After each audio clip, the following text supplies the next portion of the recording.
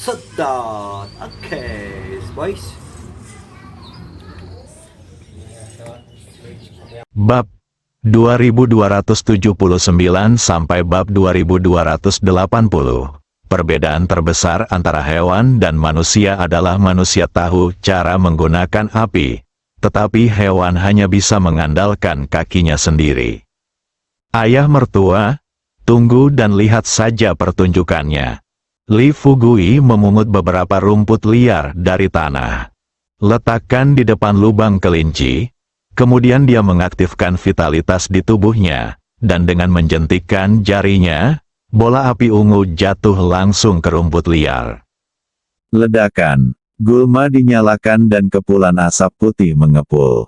Li Fugui dengan tenang mematahkan sehelai daun burdok seukuran kipas cat tail, dan sambil mengipasi dirinya sendiri, dia tersenyum pada kelinci kecil yang bersembunyi di dalam lubang dan berkata, "Sayangku, apakah kamu berencana untuk keluar? Atau kamu berencana untuk keluar, untuk terus bersembunyi di dalamnya? Menurutku yang terbaik adalah kamu keluar dan berhenti bersembunyi. Mari kita diskusikan dengan hati-hati jika ada yang harus kita lakukan saat kamu keluar." Dia baru saja selesai berbicara, lalu aku mendengar kelinci kecil di dalam gua tertawa. "Seorang manusia kecil, kamu benar-benar menggunakan cara tercela untuk memaksaku meninggalkan gua. Apakah kamu berpikir terlalu luar biasa? Sebagai peri, aku bukan lagi tubuh fana.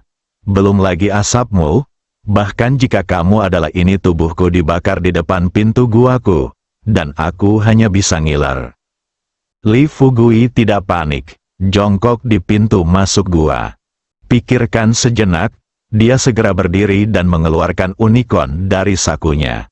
Kemudian dia dengan lembut menyentuh kepala unicorn dan berkata sambil tersenyum, "Bisakah kamu memasuki gua ini?" Unicorn tidak terlalu memikirkannya. Mengangguk seperti menumbuk bawang putih, dia segera setuju. Li Fugui tersenyum di pintu masuk gua dan berkata, "Manis kecil, menurutku sebaiknya kamu segera keluar.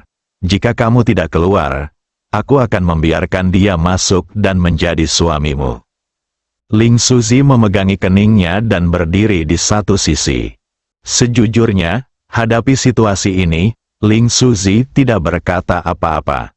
Menurut pendapatnya, apa yang dilakukan Li Fugui hanyalah omong kosong belaka. Jangan bicara apakah para elf ini bisa mengalahkan mereka jika mereka marah. Meski bisa dikalahkan, melakukan hal ini sekarang benar-benar kehilangan martabat seorang pejuang kuno. Namun, bagi Li Fugui, itu sudah cukup membuat kelinci kecil itu menyerah dan bersedia membawanya mencari Raja Peri. Adapun metode apa yang digunakan, tidak masalah sama sekali. Lebih-lebih lagi, ia merasa cara yang ia gunakan masih menjadi pilihan terbaik. Lagi pula, seperti kata pepatah lama, Anda bisa menang tanpa berjuang. Dia dan Xiao Tu tidak melakukan banyak pertempuran skala besar. Mereka hanya mengobrol di sini. Bukankah lebih baik jika Xiao Tu bisa ditundukkan? Sambil berpikir seperti ini dalam pikiranku, Li Fugui berpura-pura bodoh saat melihat Xiao Tu. Jadi dia mengangguk sedikit ke arah unicorn. Unicorn melihat ini. Tanpa memikirkannya, dia langsung masuk ke lubang kelinci kecil di depannya. Ikuti unicorn ke dalam lubang kelinci. Segera. Kelinci kecil itu berteriak, "Monster macam apa kamu?" Unicorn tidak berkata apa-apa. Ikuti saja kelinci kecil itu dan terbang ke arahnya dengan mulut besar terbuka. Saat ini, Li Fugui telah mengedarkan vitalitasnya dan terbang ke udara.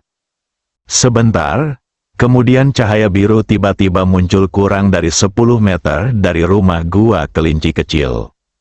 Lihat situasi ini, Li Fugui tidak ragu-ragu sama sekali. Dia melangkah maju, mengulurkan tangannya lagi, dan menemukan telinga kelinci kecil itu di bawah cahaya biru. Setelah memegang telinga kelinci dengan kedua tangannya, Li Fugui memandangi unicorn yang terbang ke arahnya dan buru-buru berteriak, "Hati-hati, jangan terlalu gelisah saat melakukan sesuatu." Unicorn itu tiba-tiba mengerem, ditangguhkan di udara. Lalu dia membuka mulutnya, sepertinya berniat menelan kelinci kecil itu dalam sekali teguk. Li Fugui melihat ini, dia segera melambai ke unicorn lagi. "Tidak, aku masih berguna untuk kelinci kecil ini." Ekspresi kecewa muncul di mata unicorn. Setelah mendarat, dia berjongkok di tanah dan merengek. Kelinci kecil itu menatap unicorn di tanah dengan mata melotot. Dia sangat terkejut dan bertanya, "Ini, dari mana kamu mendapatkan monster ini?" Li Fugui menarik kembali pikirannya dan menatap kelinci kecil di depannya dan tersenyum. "Jangan khawatir dari mana aku mendapatkan monster ini. Aku akan menanyakan sesuatu padamu sekarang. Apakah kamu bersedia membawaku menemui rajamu? Jika kamu bersedia, semuanya mudah. Jika kamu masih mau, jika kamu tidak mau, haha, maka aku minta maaf." Xiao Tu tahu dengan jelas, saya telah jatuh ke tangan orang di depan saya ini. Jika saya terus melawannya, saya pasti akan menanggung akibatnya. Pikirkan ini. Xiao Tu hanya bisa berkata dengan tergesa-gesa, "Aku akan mengantarmu ke sana. Kenapa kamu tidak segera melepaskanku?" Li Fugui lalu dengan santai melemparkan kelinci kecil itu ke tanah. Kemudian dia memandang Xiao Tu dan memperingatkannya dengan serius.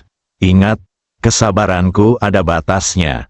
Jika kamu masih berani mempermainkanku, lain kali kamu jatuh ke tanganku, aku berjanji kamu tidak akan bisa bertahan. Tolong, aku tidak bisa mati." Saat dia mengatakan ini, nada suara Li Fugui penuh dengan niat membunuh. Setelah Xiao Tu merasakan ini, dia buru-buru berkata kepada Li Fugui, Oke, aku akan mendengarkanmu saja, raja kita tidak jauh di depan." Faktanya, Raja Elf berjarak sekitar 1 kilometer dari daerah tempat Xiao Tu berada. Sebagai salah satu sekolah terbaik di Tiongkok, Universitas Yenqing menempati wilayah yang sangat luas. Li Fugui dan Ling Suzi, dipimpin oleh Xiao Tu, segera tiba di hutan lebat di sisi timur danau buatan sekolah. Saat ini, hari sudah subuh, dengan terbitnya matahari merah. Li Fugui berdiri di tepi hutan lebat dan berkata terus terang kepada kelinci kecil di depannya, "Mengapa kamu tidak segera mengundang rajamu keluar?" Kelinci kecil itu mengangguk dengan tergesa-gesa, lalu menjerit tajam ke dalam hutan lebat. Telapak tangan Ling Suzi dipenuhi keringat. Dia melihat sekeliling dengan hati-hati. Adapun unicorn, awalnya dia masih mengikuti Li Fugui. Tapi setelah mendengar teriakan Xiao Tu, si kecil melompat ke saku Li Fugui dan bersembunyi. Li Fugui juga bersorak saat ini dan memanfaatkan situasi untuk mengedarkan energinya guna mencegah kejadian yang tidak terduga. Awalnya hutan lebat yang dipenuhi kicau burung dan bunga. Setelah kelinci kecil itu menjerit, perubahan besar benar-benar terjadi. Pepohonan di hutan lebat mulai layu dengan kecepatan yang terlihat dengan mata telanjang. Bunga-bunga yang bermekaran juga mulai layu. Adapun hewan-hewan kecil yang tak terhitung jumlahnya yang aktif di hutan lebat, mereka juga menghilang pada saat ini. Lihat situasi ini, hati Ling Suzi menegang. Dia buru-buru mengingatkan Li Fugui dengan suara rendah, "Fugui, sepertinya ada yang tidak beres." Setelah memastikan bahwa ini hanya terjadi di hutan lebat di depannya, dan daerah sekitarnya lainnya masih sama seperti sebelumnya, dia dengan santai berkata kepada Ling Suzi, "Tidak apa-apa, ini seharusnya tidak menjadi masalah besar." Tapi Li Fugui merasa sedikit tidak yakin. Sama seperti Ling Suzi, ini juga pertama kalinya dia berurusan dengan elf. Meskipun dia bisa dengan mudah menaklukkan kelinci kecil itu, tidak diketahui apakah elf di hutan lebat sekuat kelinci kecil atau lebih kuat dari kelinci kecil. Lihatlah kelinci kecil di depanmu lagi. setelah mengeluarkan tangisan yang menyayat hati. Itu berubah menjadi bola cahaya ungu dan menyebar kemana-mana. Melihat hal tersebut, Ling Suzi mengulurkan tangannya untuk menyeka keringat dingin di keningnya, dan buru-buru berkata kepada Li Fugui, "Fugui, sepertinya kelinci kecil ini telah bunuh diri." Li Fugui juga tidak menyangka kelinci kecil itu akan mengerti dia dengan cara ini. Dia awalnya berencana bertanya pada Xiao Tu mengapa dia membuat pilihan seperti itu. Tapi sekarang, kelinci itu mati. Sekalipun aku ingin bertanya, aku tidak punya tempat untuk bertanya.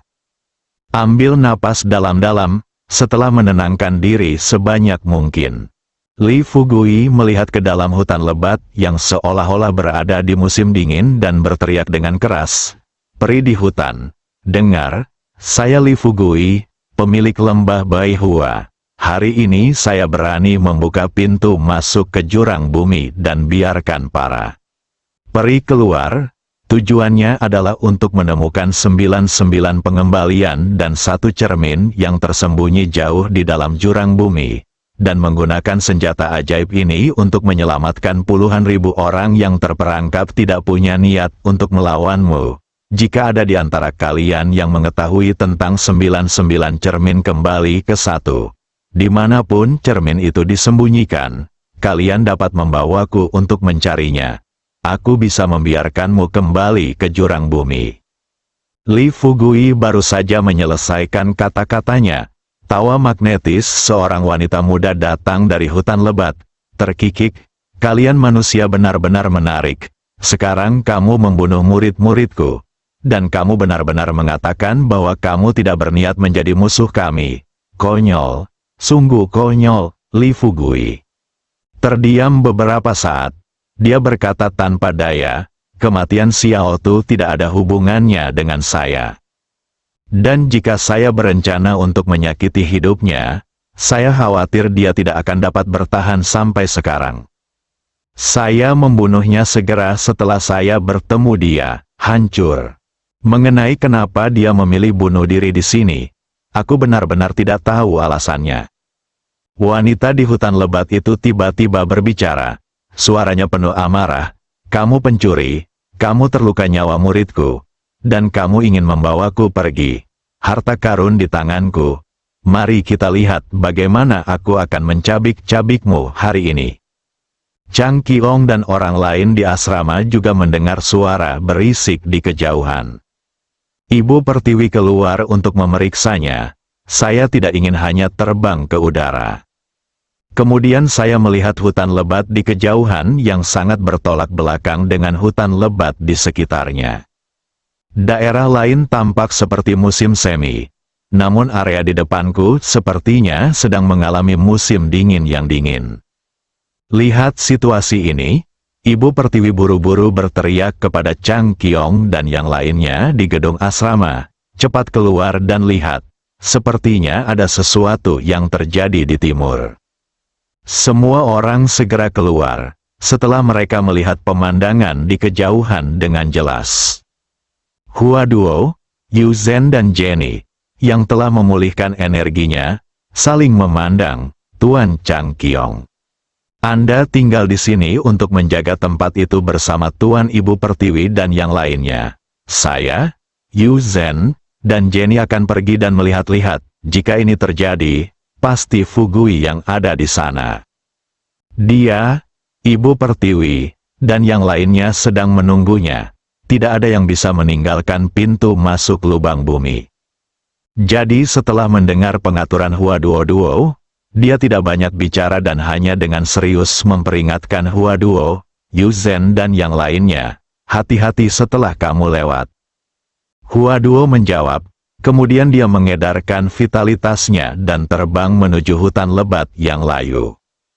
Pada saat yang sama, Li Fugui masih berbicara dengan tenang dengan wanita misterius di hutan lebat. "Peri, kita bisa berdiskusi apa saja. Ku dengar suaramu sangat indah, jadi kamu pasti masih muda. Bagaimana? Apakah kamu ingin keluar dulu dan menemuiku?" Li Fugui baru saja selesai berbicara. Peri di hutan mencibir. Kamu terlalu memikirkan dirimu sendiri ketika kita bertemu dengan manusia fana sepertimu. Selain itu, aku sudah memiliki tubuh yang abadi. Apa yang dapat kamu lakukan padaku? Ia berkata terus terang. Karena itu, sejauh yang saya tahu, Anda telah terperangkap di jurang bumi selama ribuan tahun. Anda belum bisa mandi di bawah sinar matahari dan menghirup udara segar selama ribuan tahun. Sungguh menyedihkan, tapi kali ini aku datang ke sini dan melepaskanmu dari jurang bumi. Seharusnya kamu berlutut untuk berterima kasih padaku, tapi sekarang kamu ingin menjadi musuhku karena seekor kelinci. Peri di hutan mencibir, manusia kecil, apakah kamu benar-benar berpikir bahwa aku tidak tahu apa yang kamu inginkan? Alasan kamu membiarkanku keluar hanyalah untuk pergi jauh ke dalam jurang bumi untuk menemukan 9 return mirror. Sekarang dengarkan kamu, sepertinya kamu punya begitu banyak niat baik. Sejujurnya, jika kamu cukup bijak untuk bunuh diri hari ini, aku tidak perlu melakukan apapun untuk mewujudkannya. Kamu menderita, tetapi jika kamu tidak bijaksana, maka aku akan melakukannya. Mari kita bersaing dengan kamu. Li Fugui berkata sambil tersenyum. Bagaimanapun, kamu harus keluar dulu dan biarkan aku melihat sebelum kita bicara. Di paling tidak, aku ingin tahu seperti apa orang yang melawanku. Belum terjatuh, tanpa diduga, seorang pria kasar berteriak dengan marah dari dalam hutan lebat. Kamu pikir kamu ini siapa? Apakah kamu layak bertemu dengan raja kita, bocah berambut huang? Hari ini aku akan membiarkanmu merasakan kekuatanku terlebih dahulu. Ke tanah, Li Fugui mendengarkan, terdengar suara bumi berguncang dan gunung berguncang di hutan lebat. Suara gemuruh yang keras semakin dekat, Li Fugui menahan napas dan melihat kemana suara itu berasal. Tanpa diduga, pada saat itu, seekor babi hutan dengan kabut hitam di sekujur tubuhnya bergegas keluar. Gading babi hutan ini panjangnya 3 kaki. Bentuk tubuhnya seperti gajah kecil. Mendarat dengan 4 kaki, tanah sepertinya terinjak. Setelah melihat pemandangan ini, Li Fugui tiba-tiba terbang, melayang di udara, dan menertawakan babi hutan di tanah. Saya pikir kamu adalah sesuatu. Tetapi kamu ternyata adalah roh babi hutan. Apakah Zhu Gangli adalah leluhurmu atau keabadianmu? Lihat dirimu, kamu jelek sekali. Kamu masih ingin mengalahkanku, bukankah kamu hanya angan-angan? Setelah mendengar ini, babi hutan itu menyemprotkan aliran kabut hitam dari mulutnya. Kemudian berputar-putar dan berubah menjadi bola cahaya biru dalam sekejap mata. Li Fugui secara bertahap menjadi akrab dengan pola serangan para elf ini. Jadi ketika cahaya biru terbang ke arahnya, dia dengan percaya diri menghindarinya. Cahaya biru melintas melewati tubuh Li Fugui, tapi karena kecepatannya terlalu cepat, cahaya biru itu justru bertabrakan langsung dengan gedung tinggi 100 meter di depan. Ledakan, diiringi dentuman keras. Li Fugui dengan jelas melihat gedung tinggi di depannya itu roboh dari lubang berdiameter 2 meter. Lihat situasi ini, Ling Suzi buru-buru berteriak, Fugui, hati-hati, benda ini sangat kuat dalam pertempuran. Li Fugui menunjukkan senyuman percaya diri kepada Ling Suzi, lalu melihat ke arah babi hutan yang terbang ke arahnya lagi dan mengutuk, kamu binatang buas. Kamu menghancurkannya tanpa alasan. Alasan? Apa yang kamu lakukan dengan barang orang lain? Lihat, apakah aku tidak mencabut semua bulu babimu hari ini? Cahaya keemasan melintas di sekitar Li Fugui. Saat cahaya biru yang diubah oleh babi hutan melewati tubuh Li Fugui, sudut mulut Li Fugui sedikit terangkat. Dia terbang ke depan. Bersambung.